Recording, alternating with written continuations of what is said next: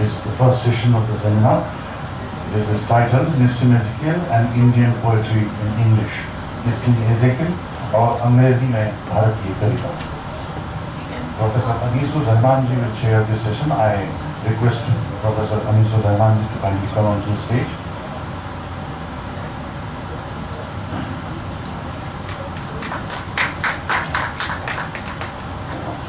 Professor Anisur Rahman is a noted bilingual poet in English and Urdu, translator and literary critic. He has to his credit 15 published books, including edited and translated works. Some of his books include Urban Ware, 60 poems, in translation, Positions and Paradigms, and Hazar Rang Shairi, the wonderful world of the Urdu Nazm. A recipient of Translation Award from Delhi Urdu Akademi, Professor Rahman has been a Shastri Fellow at the University of Alberta, Canada, and a visiting scholar at Purdue University, the United States of America. He was Professor of English at Jamia Millia Islamia University in Delhi.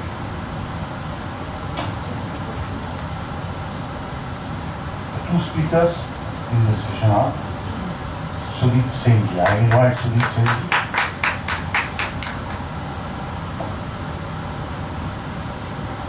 Sudip Senji's prize-winning books include Postmarked India, New and Selected Poems, Rain, Area, which won the A.K. Ramanujan Translation Award, Fractals, New and Selected Poems, Translations 1980 to 2015, Erotext, Kaifi Azmi, Poems, Nazms, and Anthropocene, Climate Change, Contagion, Consolation. He has edited influential anthologies, including the HarperCollins Book of English Poetry, World English Poetry, and Modern English Poetry by Younger Indians. This is for Sahitya Akademi.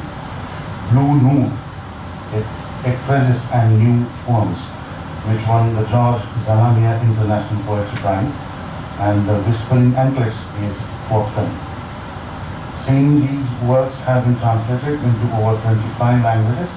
His words have appeared in the Times Literary Supplement, Newsweek, Guardian, Observer, Independent, Telegraph, Financial Times, Herald, Poetry Review, Literary Review, Harvard Review, Hindu, Hindustan Times, Times of India, Indian Express, Outlook, India Today, and broadcast on BBC, PBS, CNN, IBN, NDTV, Air, and Doordarshan. Since newer work appears in New Writing, 15, Ganta, Language for a New Century, Leela, an erotic play of verse and art, Indian love poems, Out of Bounds, Initiate, Oxford New Writing, and Name Me a Word. He is the editorial director of Arts, editor of Atlas, and currently the inaugural artist in residence at the Museo Camera. Senji is the first Asian honor to deliver the Derek Walcott Lecture and read at the Nobel Laureate Festival. I now invite the second speaker of the session, Manju Jaitkaji.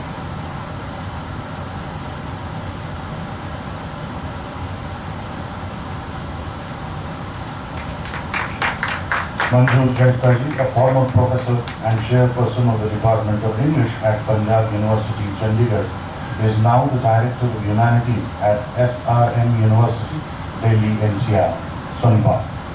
The recipient of several national and international fellowships, including a Fulbright and 2 Rockefeller Awards, she has held assignments at several top universities internationally, published more than 25 books in her entire career, and approximately 100 research papers in reputed national and international journals.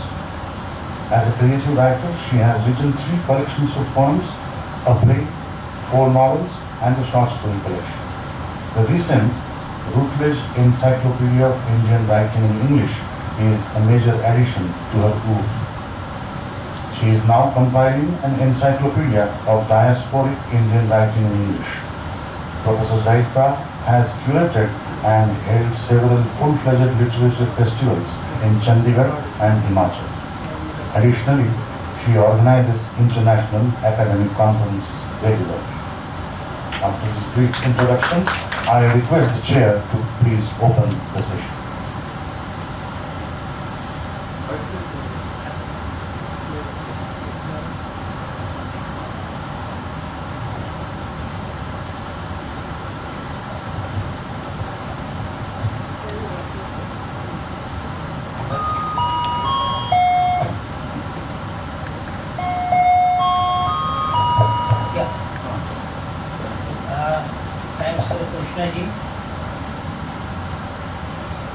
We had a wonderful inaugural session where things were made alive to us, especially the two talks that we had from Professor Rabindra and then from Jatin, who had had really long time with all of those poets who wrote at that point of time in Bombay, done in Bombay. Things became, or they were very alive to us, they were brought alive to us. Friends, when we think of Nissim Ezekiel today on the anniversary, that is the birth anniversary of this major Indian English poet, it makes me personally very happy in the sense that it takes me back to the mid-70s and the early 80s. Mid-70s because that was the time when the face of English literature studies in India was changing very fast, as all of you would recall. American studies was at the brink of collapse, which collapsed later after a decade or so. And that was the time when Indian writing in English was coming to the fore.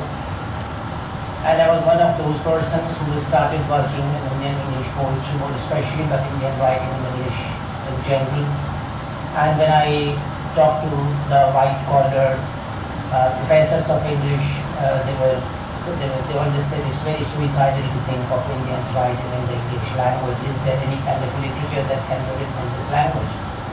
But that was probably brave of me and very reassuring of my professor, who asked me to go ahead with my proposition that I had in my mind. That was the time when I came into contact with Nissim Ezekiel, not in person but through correspondence. It makes me very sad to say and to think that I do not have any of those correspondences with me. When I entered into long conversation with him, and there are several letters that I wrote to him about the general state of poetry in India today, how Indian poets were writing today, and what was poetry. And this was a weekly kind of an interaction that I had with him. I used to write him letters, he received after a week, and he sent me back a letter. So in a month, say 2 or 3 interactions that went. So sad that I don't have any of those today with me. That would have really served with some purpose and some others who were working today. One never thought of how things would take shape in the future.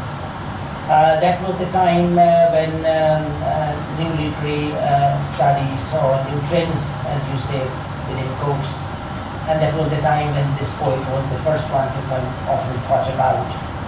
And my study was, that was my doctoral dissertation, my study was thinking of how the new poetics was coming to be.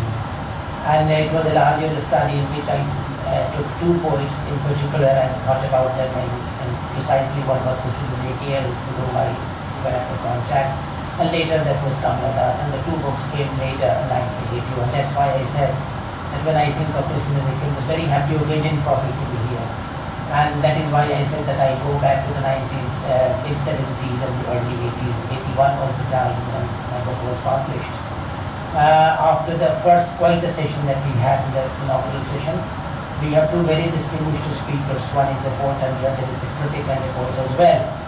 So it's a wonderful panel that I have, and I'm lucky to have my right hand, that is Sudeep Sen, would appreciate what I mean by right hand.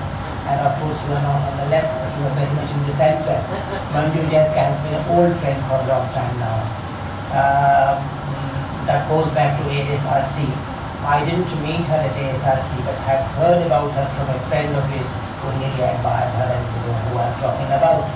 So we have 90 minutes if I'm right. So let's go ahead like this, that we have 30 minutes for each of these speakers and then some interaction with colleagues and friends sitting out there. And if there is some time, I'll make a few observations. So may I ask Sudeep to please go ahead first?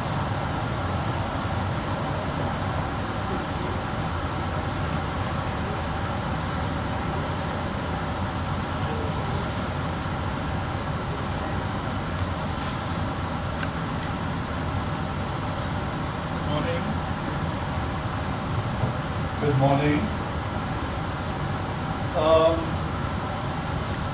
It's good to see friends, colleagues, poets, lovers of poetry. I wish there were more people because we are celebrating 100 years of a pioneering poet. And I completely agree with Jatin Das that it really needs to be broadcast further and wider. If only 8 people turn up for Gayatonde's funeral, we are talking about a very, very sad state of Indian culture. Where, to quote you, Jatin Das, we say we Indians are very mediocre people, but we belong to a great country. I hope we as individuals and collectively pull ourselves. Some of the things I'll say in my talk will be controversial. Because I'm not an academic, I don't worry about losing my job because I don't have a job. I write for myself and then a few people who may want to read me. I'll wear my emotions on my sleeve and I'll be very, very honest about what I'm saying.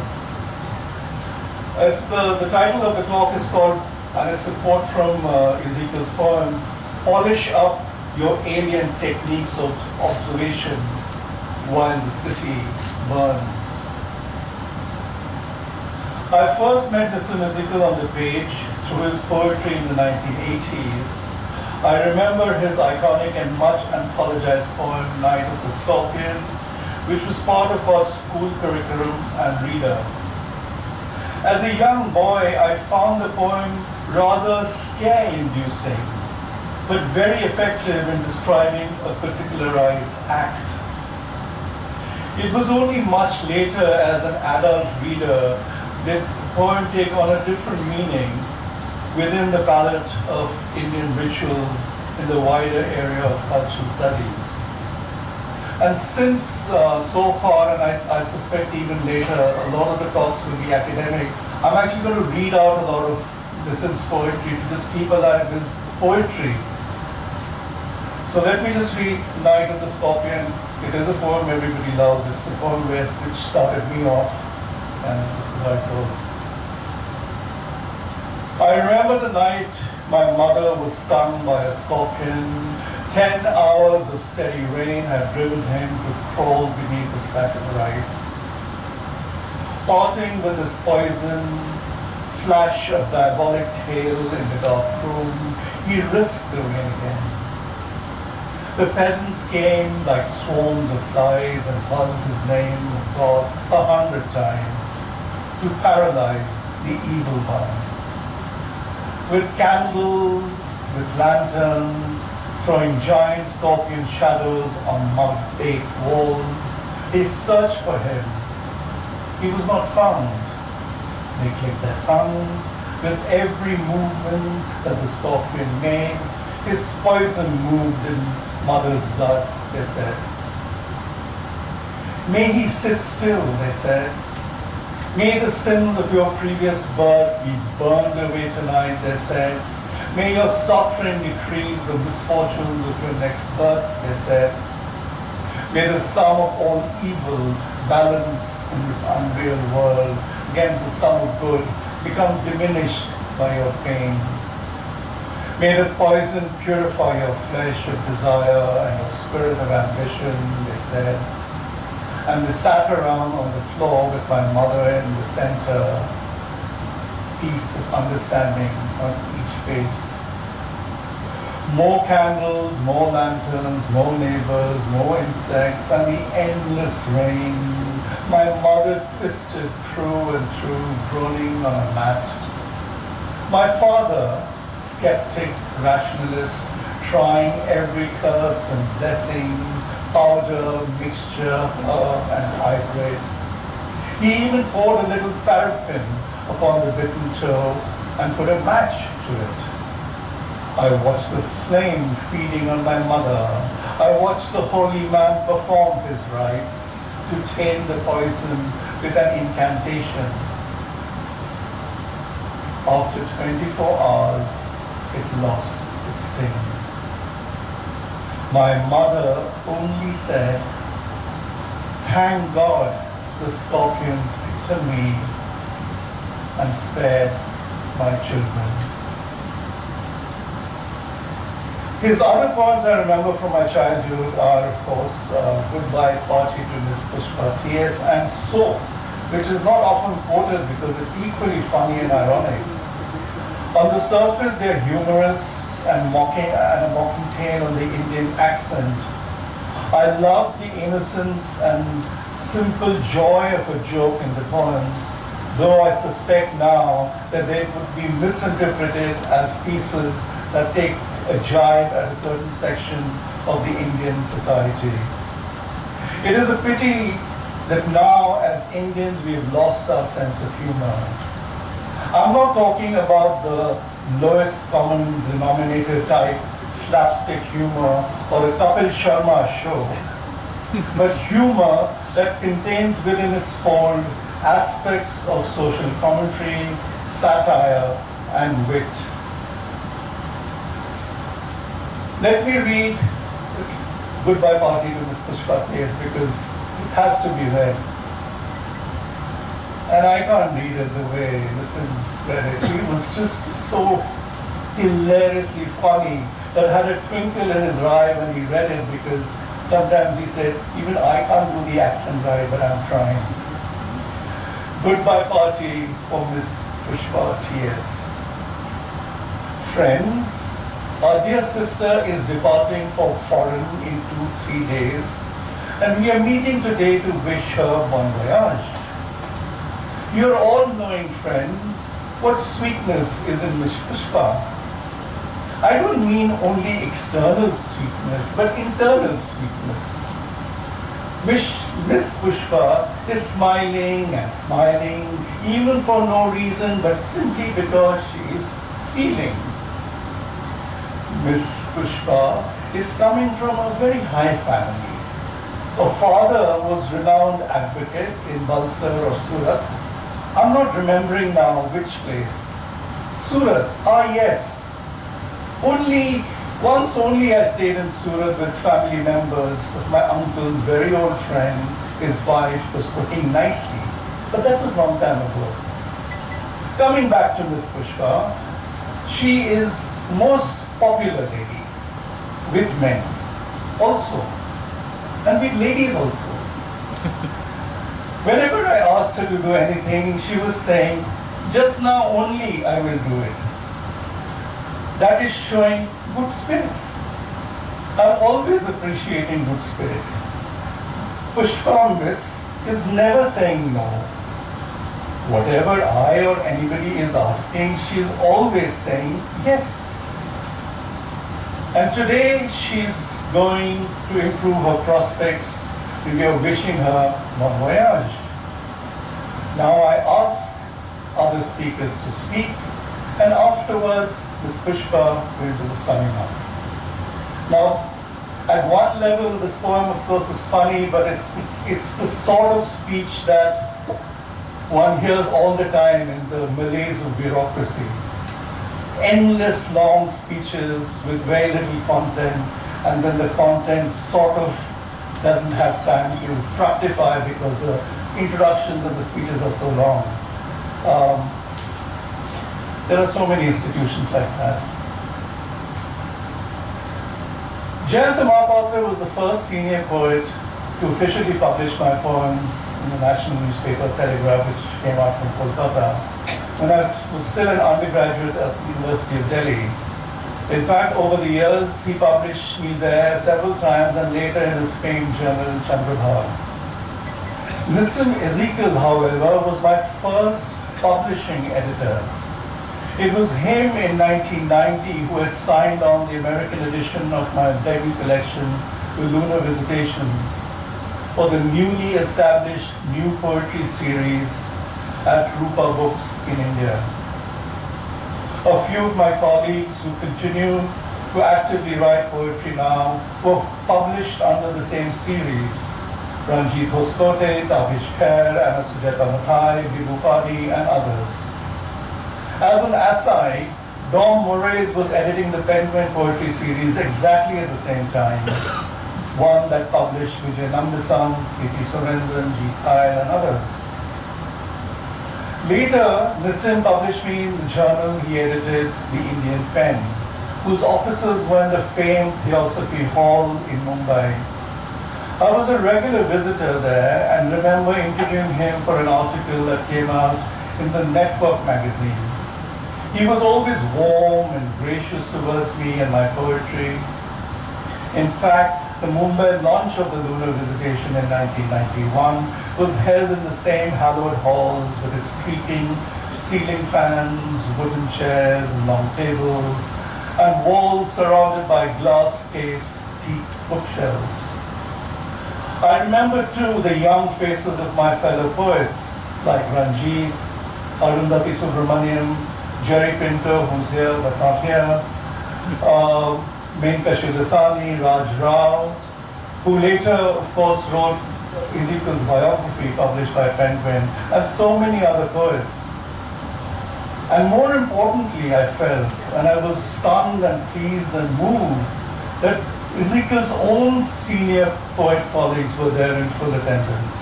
Dom Moraes was there, Albert Jasavala was there, Deep Patel was there, Yunus D'Souza and others. It was a very different time then. A time of collegiality, mutual support, and intense criticism. One that has sadly waned over time now.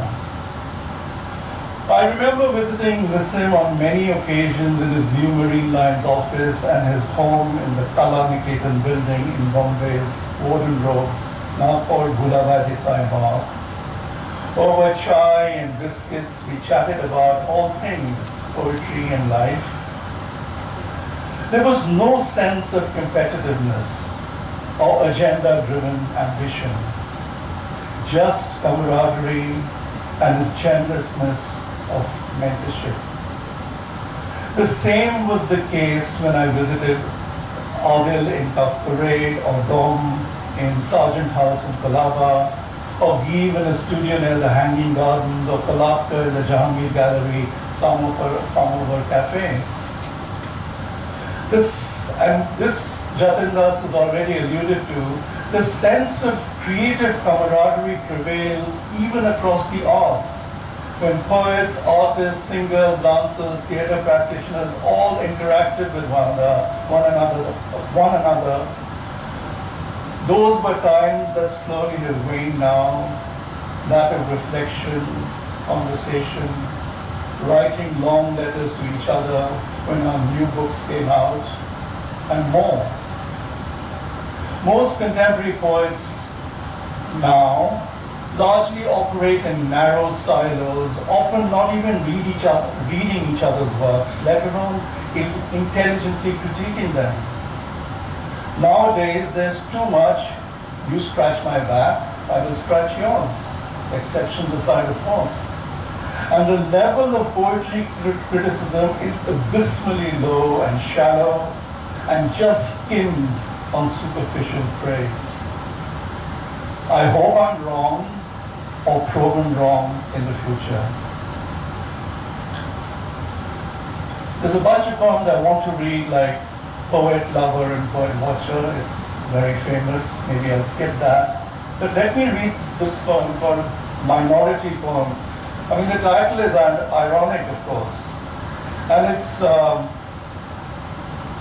constructed, talking about form and structure, something that Nissim's work has not been analyzed enough of. A lot of people have talked academically about the content and the context of this poetry, but meter and prosody almost always gets left out.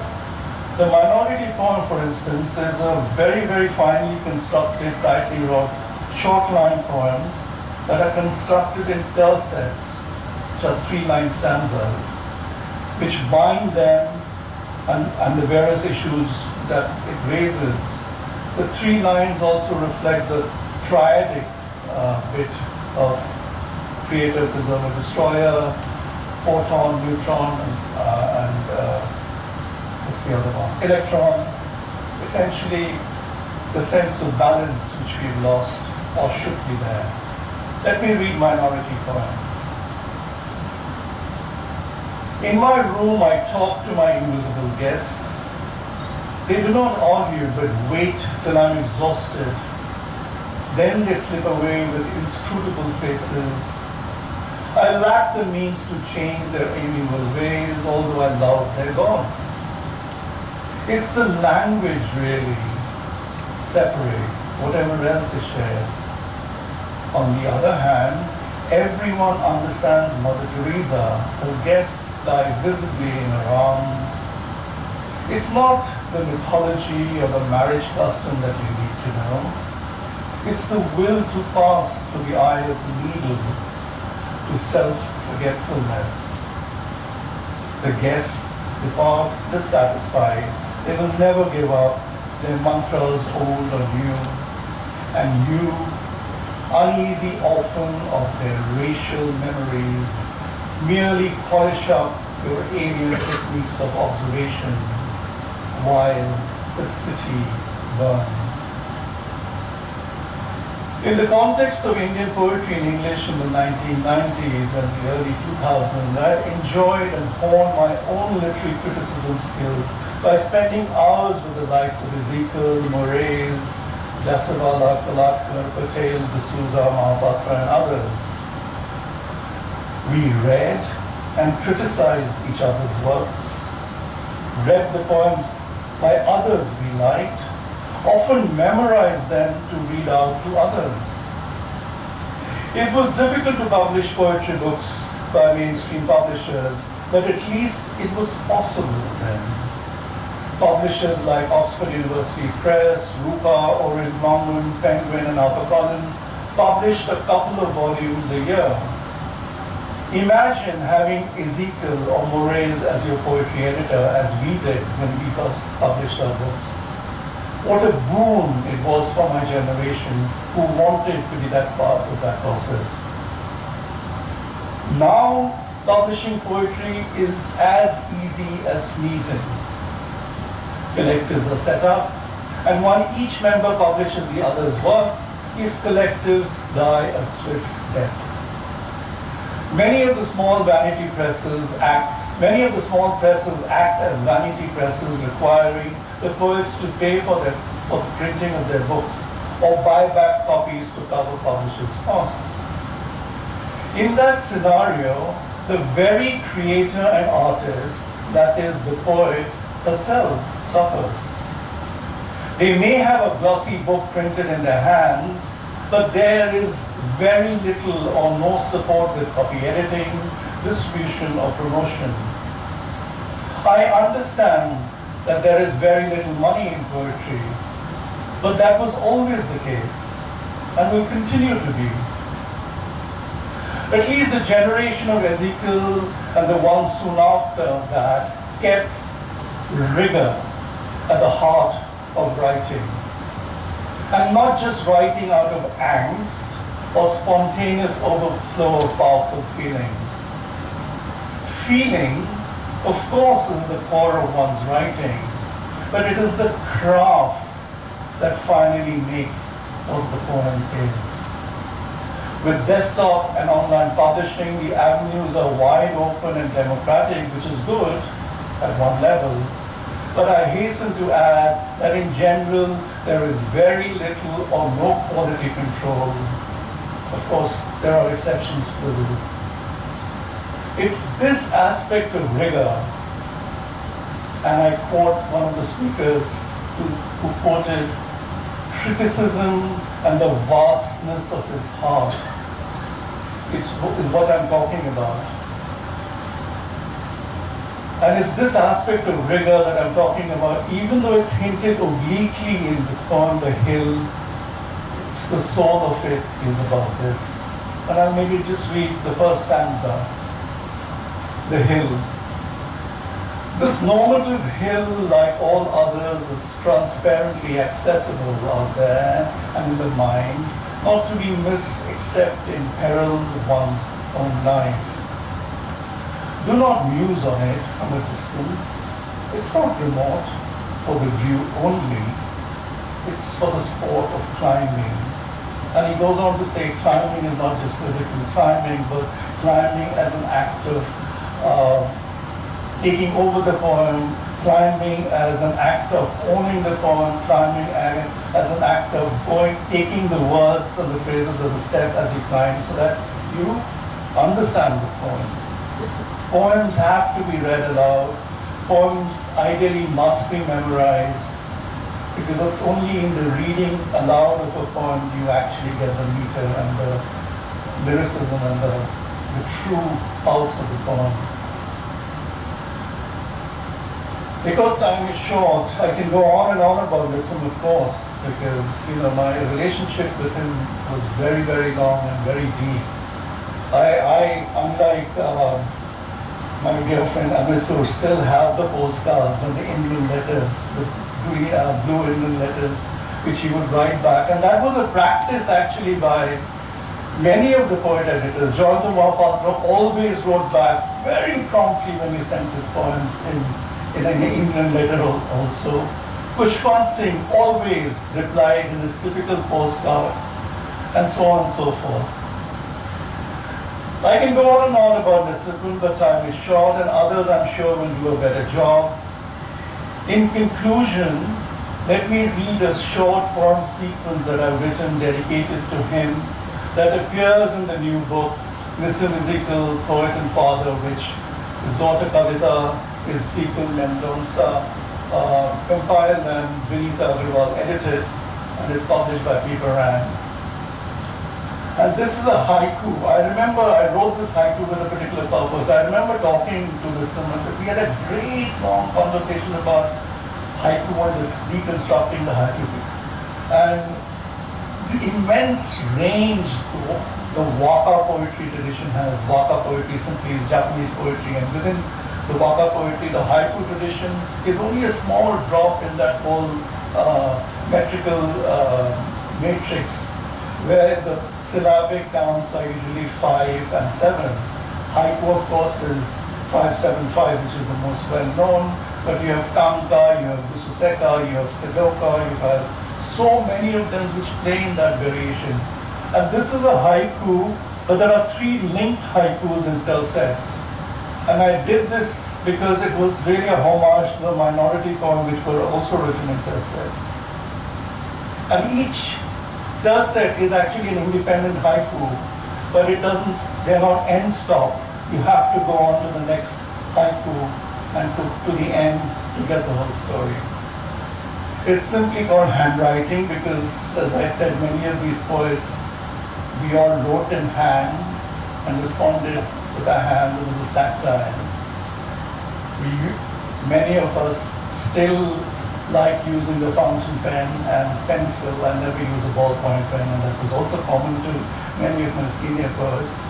Handwriting.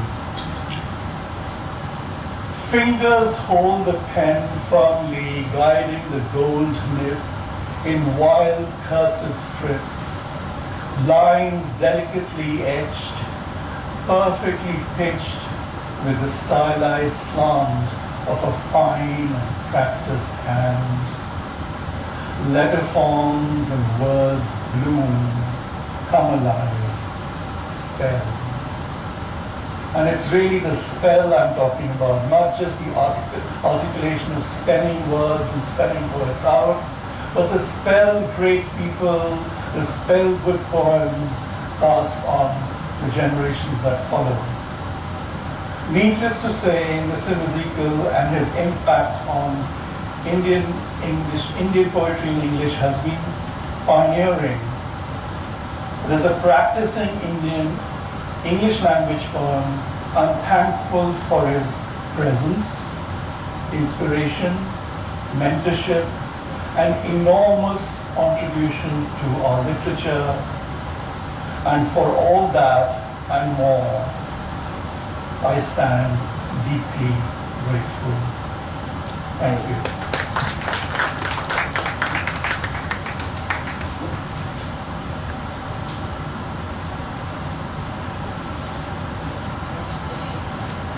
Hello.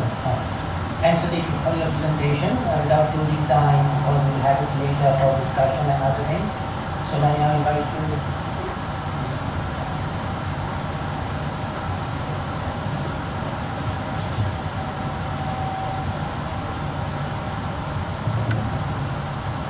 Thank you very much, Professor Suleiman, and for that wonderful renditions. Beautiful, very good. Thank you. It's not the first time that I'm coming here, but I haven't been here too often, and I would like to thank the organizers, particularly Mara, putting this group together, and Mr. Rao, and all the other organizers too, for putting in so much of hard work. It's nice to reconnect with a lot of people I have known and a lot of new people that I'm meeting for the first time. So, my presentation today is given the title, Nissim Ezekiel, the Man and the Legend. Nissim Ezekiel, the Man and the Legend. What can you say about a man who becomes a legend? What can you say about a people's person, a common man like the one we encounter every day, like the man next door who becomes a forerunner? How do you define one whose ordinariness becomes extraordinary, whose humility becomes a matter of pride for the rest of us, whose low profile raises the collective profile of thousands who follow in his footsteps? Ladies and gentlemen, it's not possible to simply sum up the achievements of someone like Nissim Ezekiel in a few minutes.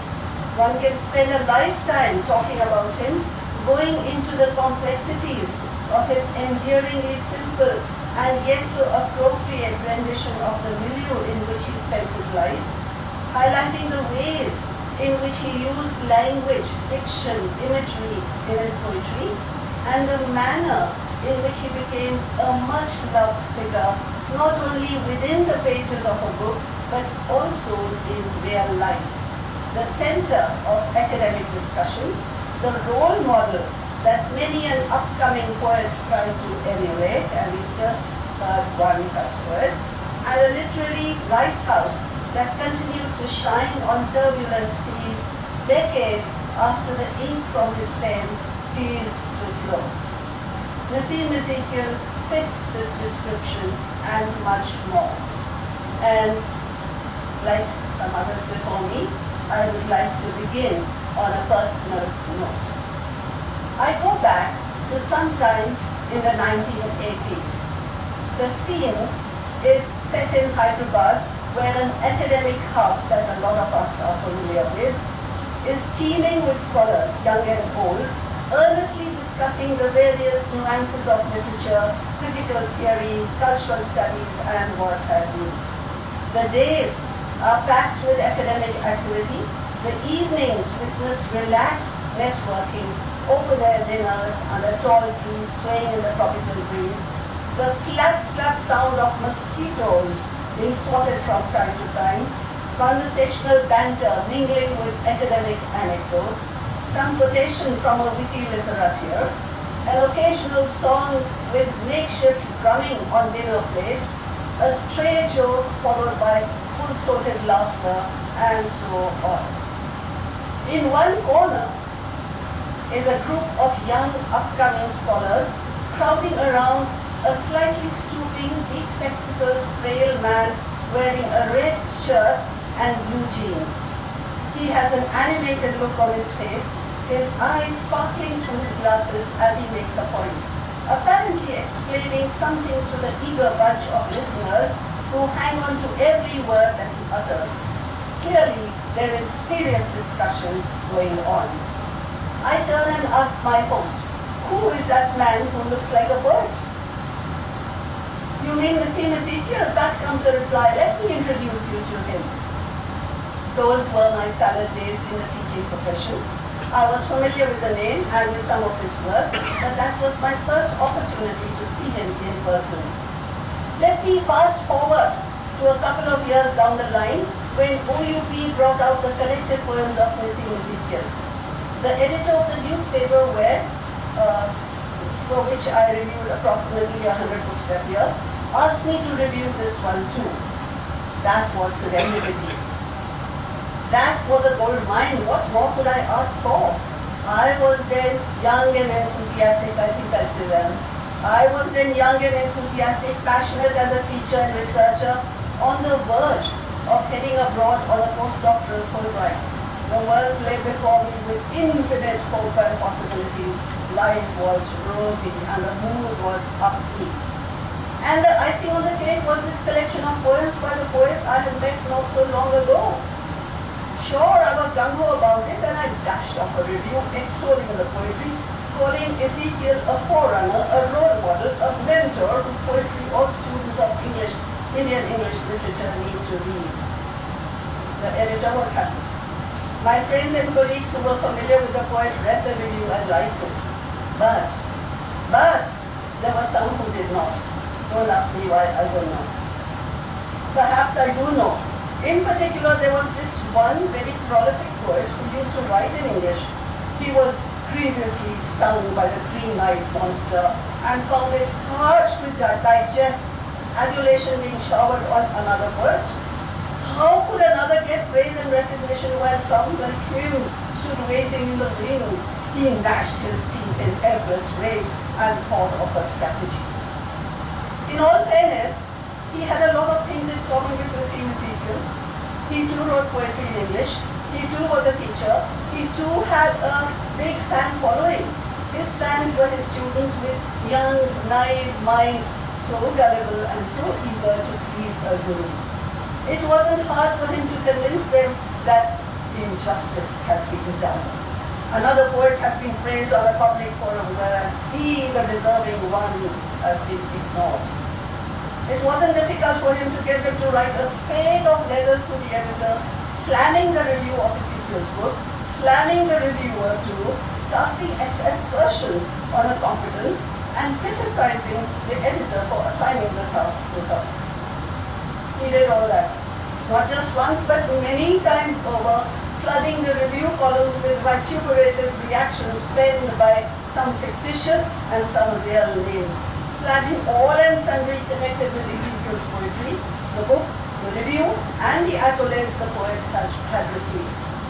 This reviewer, caught in the crossfire, received her share of brickbats and went underground looking for crawl spaces to hide in.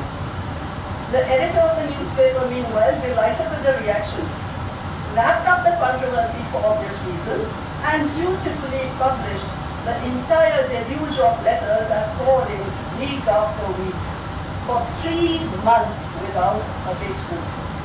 For 3 months, every Sunday, in the review columns, a handful of letters would appear, verbally assaulting the reviewer, the editor, the poet, and the poetry. Until finally, one day, the storm died down, and peace was restored once more when some enlightened readers sent counter-reactions questioning the veracity of the letters and their authors. What did I do then? I simply collected all the hate mail and sent it to Nissim Ezekiel, giving him the background not so casually. In response, I received a couple of postcards from him. I probably still have them somewhere in my academic memorabilia. So those postcards gave an acknowledgement, a little bit of sensible advice to overlook and ignore, and some casual exchange on poetry and poets, their aspirations and egos. Another time I got into a scrap with the formidable B.S. Naipaul. B.S. Naipaul, because in a face-to-face encounter, I mentioned so innocently what Ezekiel had said about the Indo-Trinidadian coming to India like a train inspector with his handkerchief to his nose, criticizing anything and everything that he saw in the country of his birth. All hell broke loose. Did Naipaul quickly change color? Did Sir Vidya, the Nobel laureate, hit the roof dead? He sure did, and refused to continue the interview being conducted by a quote-unquote silly, foolish person like me. Again, I sent a graphic account of the encounter to Nissim Ezekiel, and I'm sure his eyes must have lit up in amusement. But that is my personal recollection of Ezekiel, and I bring it up today because this is a gathering of aficionados, experts, and scholars who, for 2 days, will be discussing various aspects of the poet we know so well, whom we have read, appreciated, and taught for years and even decades. So coming back to the question I began with, what can you say about a man who has become a legend? Perhaps one can enumerate the reasons that make him the legend that he is. Nissim Ezekiel began writing his poems in the aftermath of high modernism, when T.S. Eliot and Ezra Pound still overshadowed the literary landscape. But what we know as movement poetry of the 50s had set in as a reaction to the academic classroom poetry of the modernists. Poets from India who chose to write in English, particularly those groomed in the English tradition, were still under the influence of Ezra Pound and T.S. Eliot. They were unable to resist the modernist deluge and succumbed to the wasteland influence, depicting the horror, the boredom, and the glory of the world, in poetry that smacked of l'entre-deux-guerres, the interwar years. Ezekiel, however, was more influenced by the poetry of Philip Larkin. It was Larkin who famously pointed out that in our day-to-day lives we do not go around killing dragons. We live ordinary humdrum lives, more like a toad. The toad representing hard work and other obligations involved in being a human being. Obligations that prevent one from simply getting up and walking away. Like Larkin, Ezekiel faces the toad work, the toad life squarely in the face. Like Larkin, he moved away from the Eliotian stance towards a more populist mode perhaps, focusing on the ordinariness that makes human experience extraordinary, highlighting the everyday lived experiences of the human comedy that we are familiar with, adding here a touch of humor and there a touch of irony. A man can do something for and in his environment by being fully what he is, by not withdrawing from it. I have not withdrawn from India, said Nissim Ezekiel. Like the common man extolled by Larkin, Ezekiel stuck on and made himself at home in the environment, writing about it, loving it unconditionally. Like the movement poets, he was not given to excesses. He exemplifies Aristotle's golden mean and remains reasonable as Chief Patel describes it. To Ezekiel, we owe the desification of English poetry. Had he not naturalized the Queen's language, adapting it to the Indian context, we would probably still be hung up on the these and thous of Shakespeare, the nightingales and the lone and palely loitering night of Keats, and the rat's belly, the pearls that were his eyes, the Madame Sosostris, he was the Phoenician of the wasteland. The credit goes to Ezekiel for serenading in verse the unforgettable, the very lazy Miss Pushpa T.S., or even Dhania, or the city of Bombay, not Mumbai, and a backward place that nurtured his poetic sensibility. His contribution is nothing less than Salman Rushdie's, whose chutnification of the language opened up new horizons for those of us in India who have opted to write in English and yet retain the desi texture of our experience. Yes, we can do it, was the message that he gave us, and even today we thank him for it. What else makes Nissim Ezekiel special? Researchers and scholars focus on his use of the local idiom, the poetic style, the early rhymed and structured verse, the later free verse, the sensuality of his poems focusing on women, and so much more.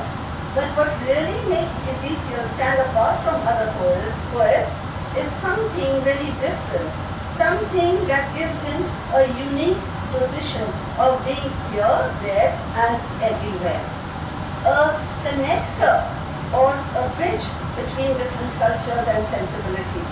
The freshness that he brought into Indian writing in English and the doors he opened up for succeeding generations of writers. As he himself once said, he was an insider-outsider or outsider-insider. I quote, "I am not a Hindu and my background makes me a natural outsider. Circumstances and decisions relate me to India. In other countries, I am a foreigner. In India, I am an Indian. When I was 18, a friend asked me what my ambition was. And I said with the naive modesty of youth, to do something for India." This is what he said in Naipaul's India and Mine, his essay, 1965. India, he said, is simply my environment. We are familiar with the Bene Israeli background and his choice of India as his home. This choice was made after he traveled abroad, lived in England, and realized that he really belonged to India. His roots were in Mumbai, Bombay, and there was no escaping it. At the same time, his exposure through his travels and awareness of the world outside gave him a different, more holistic perspective of his location. So he could examine the texture of the life he had chosen, warts and all, but without rancor or bitterness, without any lofty expectations, as he called them, without being critical or judgmental. In fact, invariably with indulgent humor.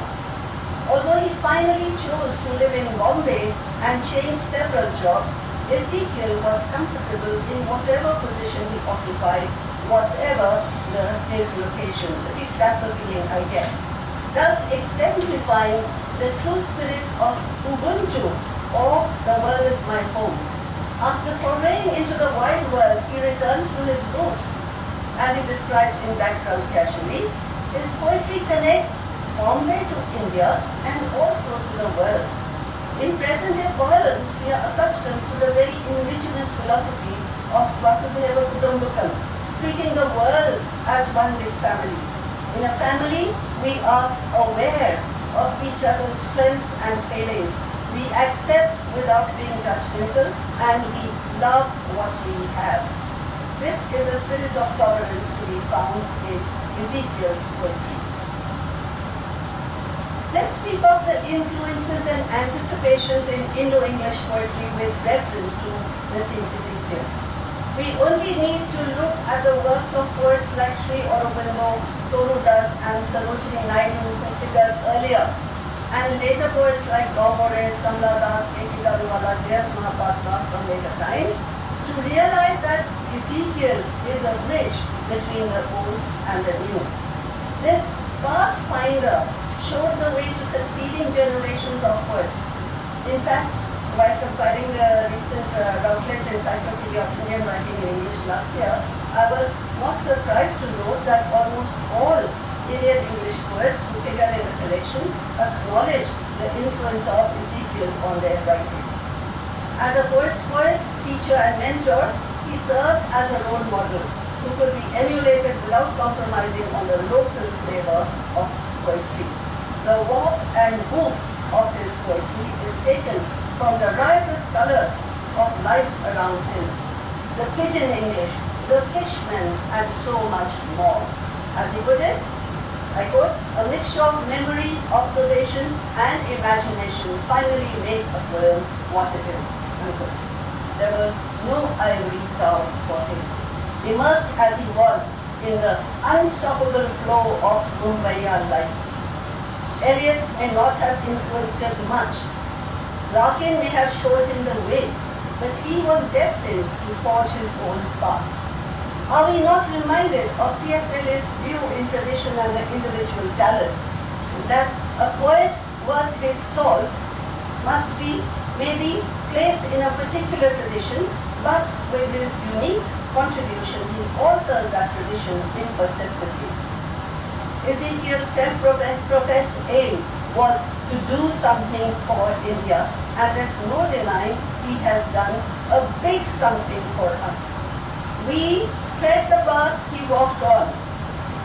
We walk in his footsteps, and it is his legacy that the custodians of Angrezi Sahitya in India are promoting today and will continue to promote.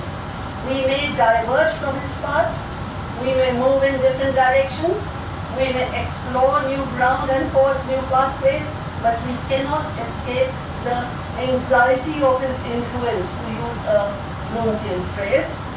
We cannot forget that it was with Nissim Ezekiel, the father of English poetry in India, that our journey began. Let us give him his due and keep moving on. And I would like to read out one poem here, which Sudeep mentioned, but he did not read. And I'm glad you didn't read it because I have it on my list. So this is So by Nissim Ezekiel. This is how the poem goes. Some people are not having manners. This I'm always observing. For example, other day I find I am needing soap for ordinary washing purposes, washing myself purposes. So I am going to one small shop nearby in my lane and I am asking for a well-known brand of soap.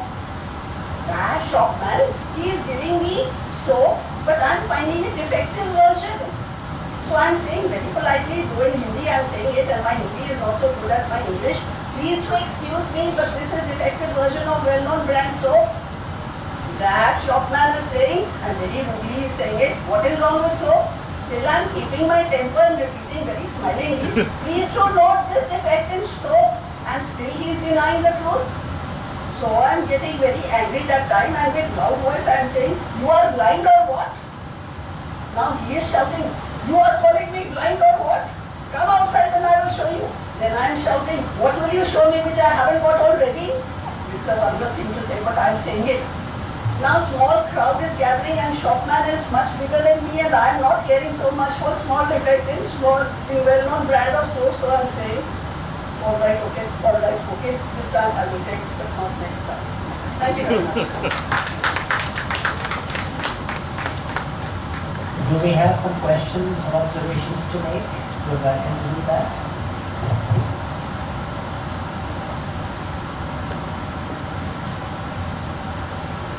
Let's hear your comments. You would have questions.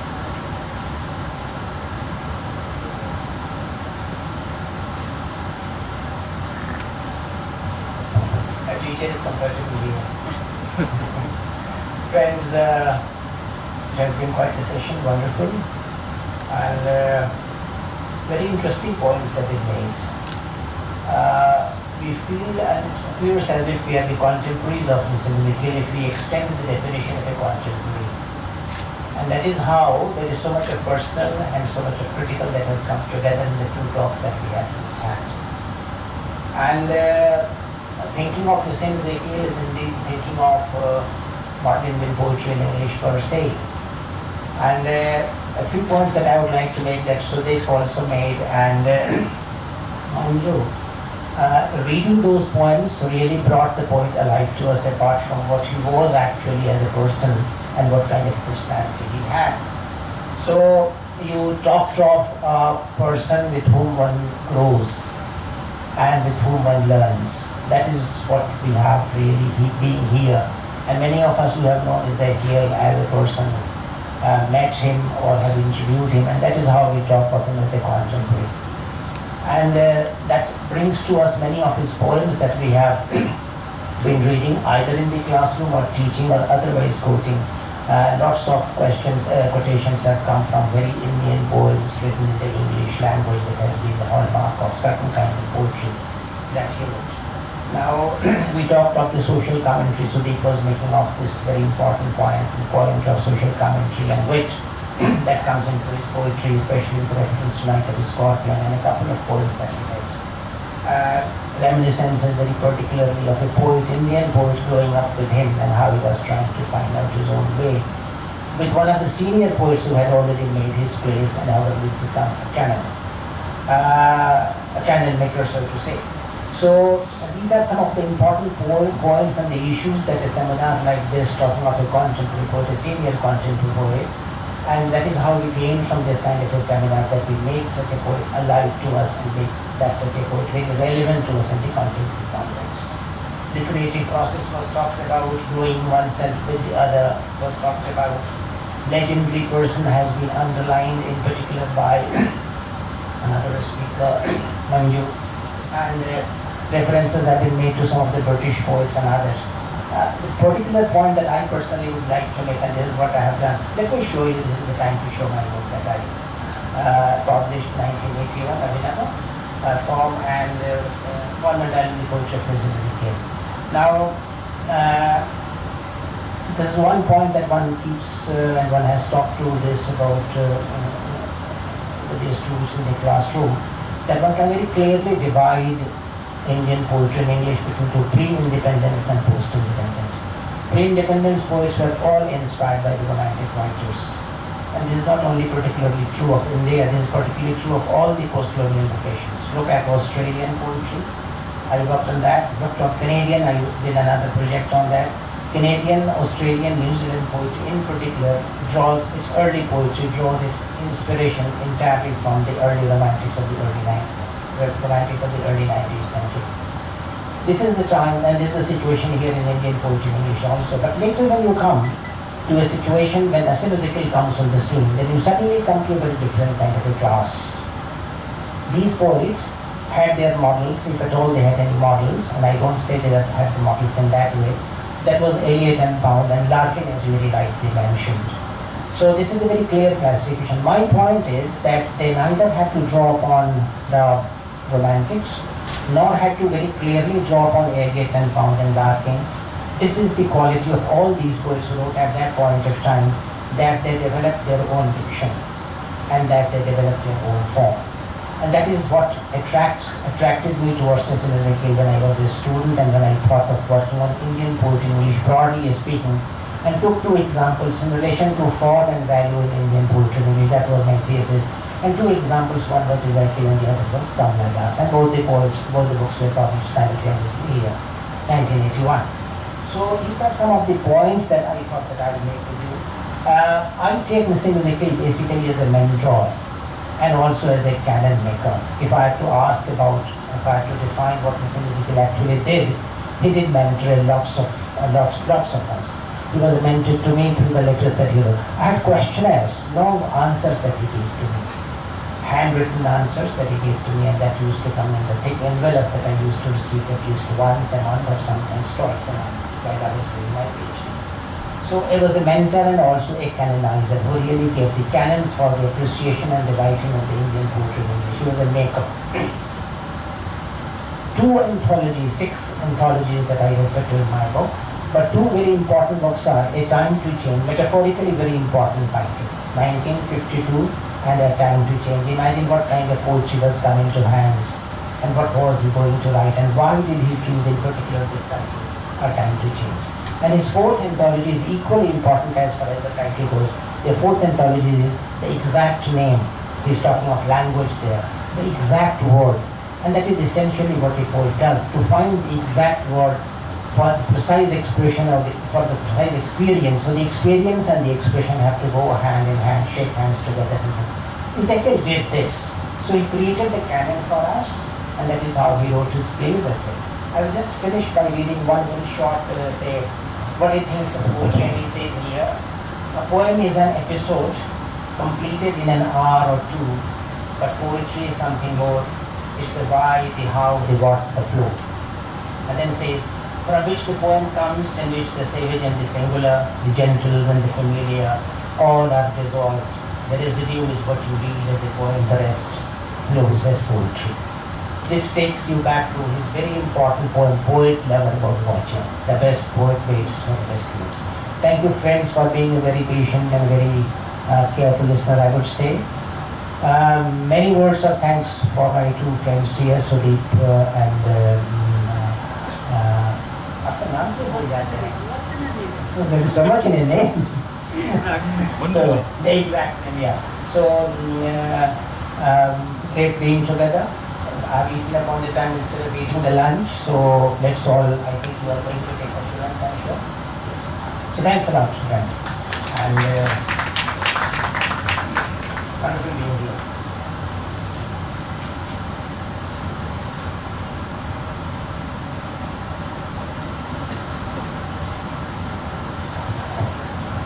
Well, the session ends here.